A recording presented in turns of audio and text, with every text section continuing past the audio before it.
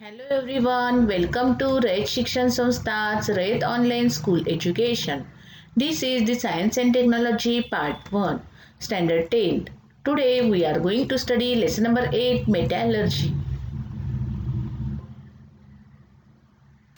Today we are going to study extraction of metals. A. Extraction of reactive metals. The metals at the top of the reactivity series are highly reactive. Their reactivity decreases down the series. For example, potassium, sodium, aluminium are the reactive metals. Reactive metals have large capacity to form cations by losing the electrons in their outermost shell. For example, reactive metals react vigorously with dilute acids to give the hydrogen gas. Highly reactive metals burns by the reacting with oxygen from air at room temperature. Their extraction has to be done by electrolytic reduction.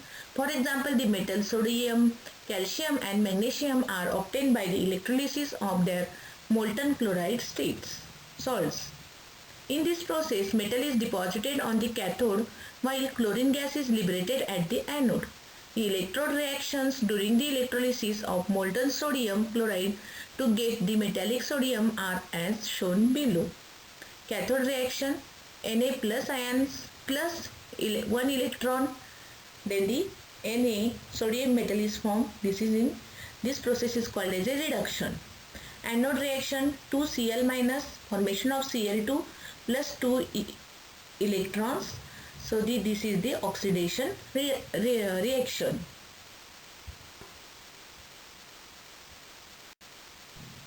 Then extraction of aluminium.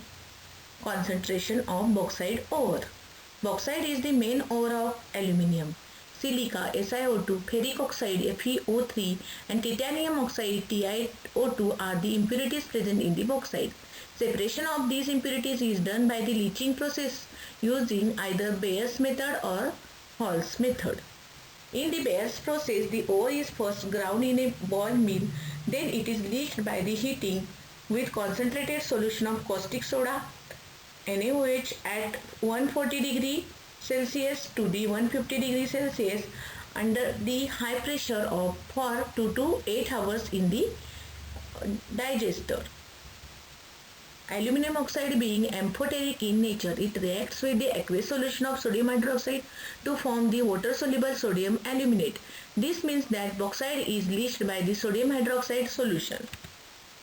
The reaction is Al2O3, 2H2O, this is in solid state, plus 2NaOH, this is in aqueous state, formation of 2NaAlO2, this is aqueous state, plus thrice H2O.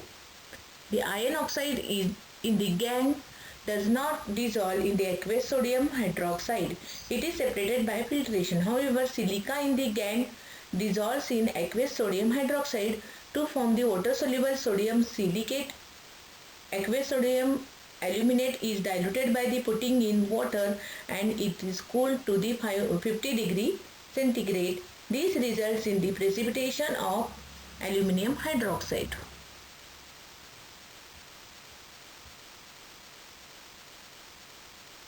In the Hall's process, the ore is powdered and then leached by the heating with aqueous sodium carbonate in the digester to form the water-soluble sodium aluminate. Then the insoluble impurities are filtered out. The filtrate is warmed and neutralized by the passing carbon dioxide gas through it. This results in the precipitation of aluminum hydroxide. This is the reaction. Al2O3.2H2O plus Na2CO3 sodium carbonate, formation of 2NaAlO2, this is in aqueous state, carbon dioxide plus water is formed. Next reaction, 2NaAlO2, this is in aqueous state, then the water plus carbon dioxide, this is in gaseous state, and formation of Al2AlOH thrice, aluminium hydroxide plus Na2CO3 means sodium carbonate.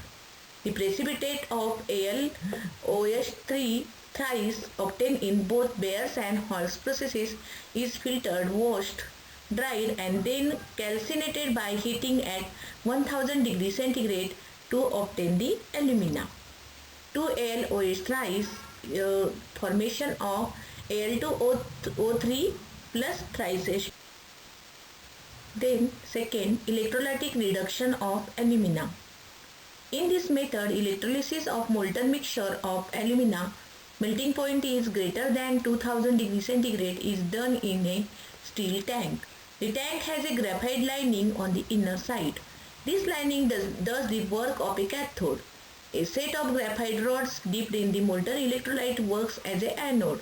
Cryolite Na3Al, 6 and fluorspar CaF2 are added in the mixture to lower its melting point up to 1000 degree centigrade. This is the diagram. Here the three rods are of the anode or the graphite is there. These are in anode. Then the steel tank is there. In this steel tank there is a molten aluminium and the outlet for molten aluminum is also there. Mixture of alumina and cryolite and fluorspar are in the liquid state and graphite lining is on cathode region. Aluminum is deposited on the cathode on passing electric current. Molten aluminum, being heavier than the electrolyte, is collected at the bottom of the tank. It is taken out from there from time to time. Oxygen gas is liberated at the anode. The electrode reaction are as shown below. Anode reaction 2O2 minus then the formation of O2 plus 4 electron. This is the oxidation reaction. Cathode reaction Al3 plus 3E minus, then the formation of aluminium. This is in liquid state. This is the reduction reaction. The liberated oxygen reacts with the anode to form the carbon dioxide gas. The anode have to be changed from time to time as they get oxidized during the electrolysis of alumina.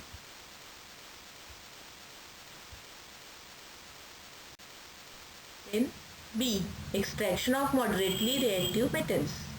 The metals in the middle of the reactivity series such as iron, zinc, lead, copper are moderately reactive. Usually they occur in the form of their sulfides, salts or carbonate. It is easier to obtain metals from their oxide rather than sulfides or carbonates. Therefore, the sulfides ores are strongly heated in the air to transform them into oxides. This process is called as a roasting. Carbonates ores are strongly heated in a limited supply of air to transform them into the oxide. This process is called as a calcination. The following reactions occur during the roasting and calcination of zinc ore. Roasting 2ZnS zinc sulfate plus thrice O2. Then the formation of 2ZnO zinc oxide is formed and sulfur dioxide is formed. Calcination ZnCO3 zinc carbonate, formation of zinc oxide plus carbon dioxide gas is released.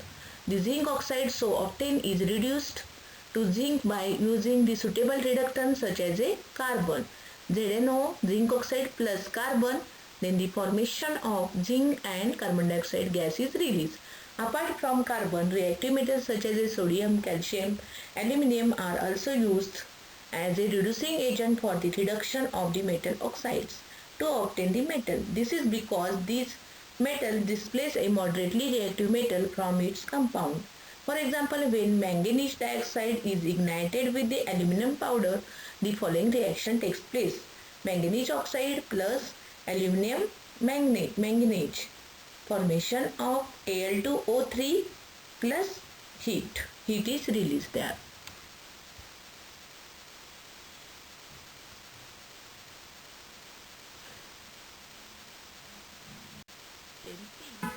Extraction of less reactive metals. The metals at the bottom of the reactivity series of metals are less reactive. That is why they found in free state in nature. For example, gold, silver, platinum.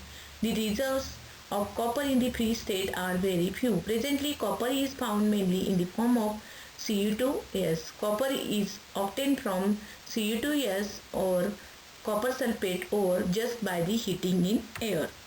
The copper sulfate plus 3O2, then the formation of copper oxides plus sulfur dioxide is released. 2 copper oxide plus copper sulfate, then the formation of copper and sulfur dioxide gas is released. Refining of metals obtained by the various reduction processes described above are not very pure. They contain impurities. The impurities need to be separated to obtain pure metal. Electrolysis method is used to obtain the pure metal from impure metals. Then the corrosion of metals.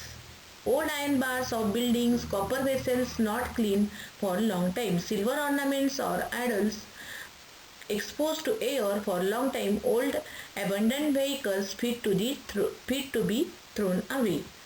Rusting of iron articles causes large financial loss. Thus, corrosion of iron, that is rusting, is a big problem.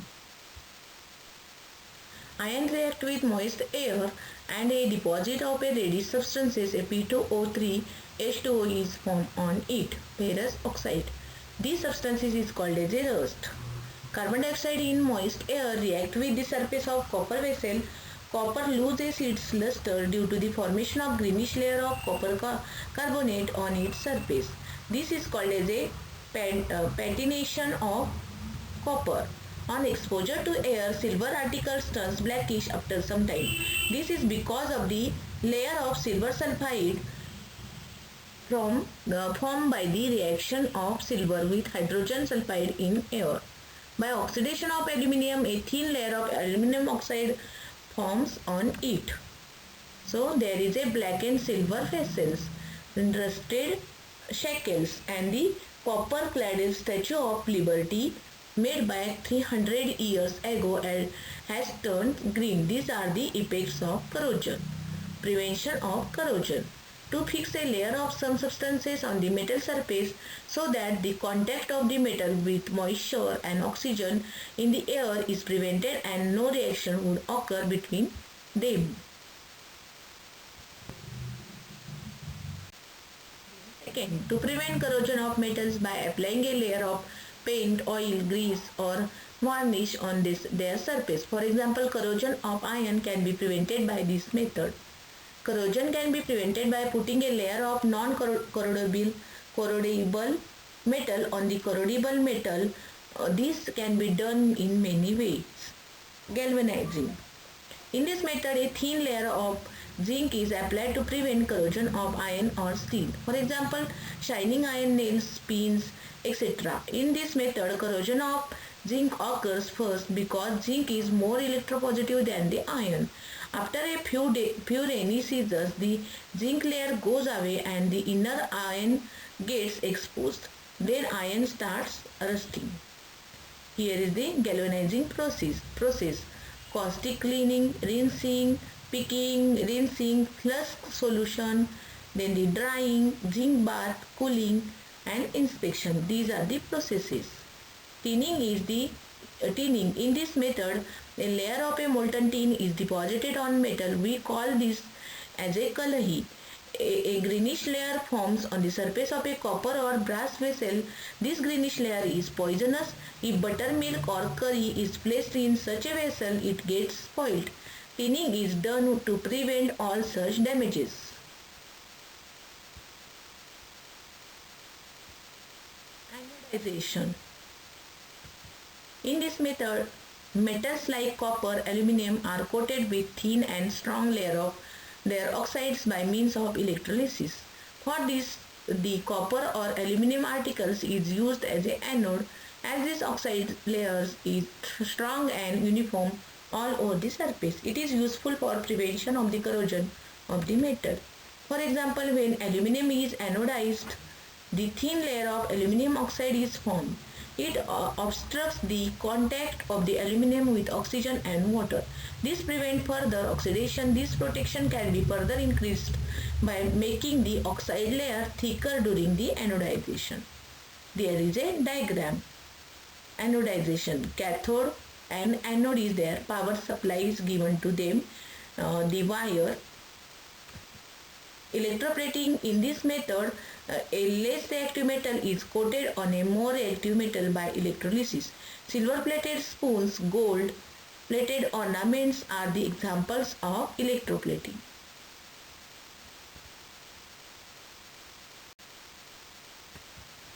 alloying.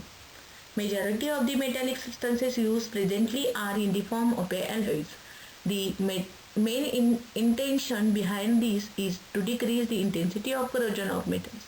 The homogeneous mixture formed by mixing a metal with other metals or non-metals in a certain proportion is called as an alloy. For example, bronze is an alloy formed from the 90% copper and 10% tin. Bronze statues do not get affected by the sun and rain.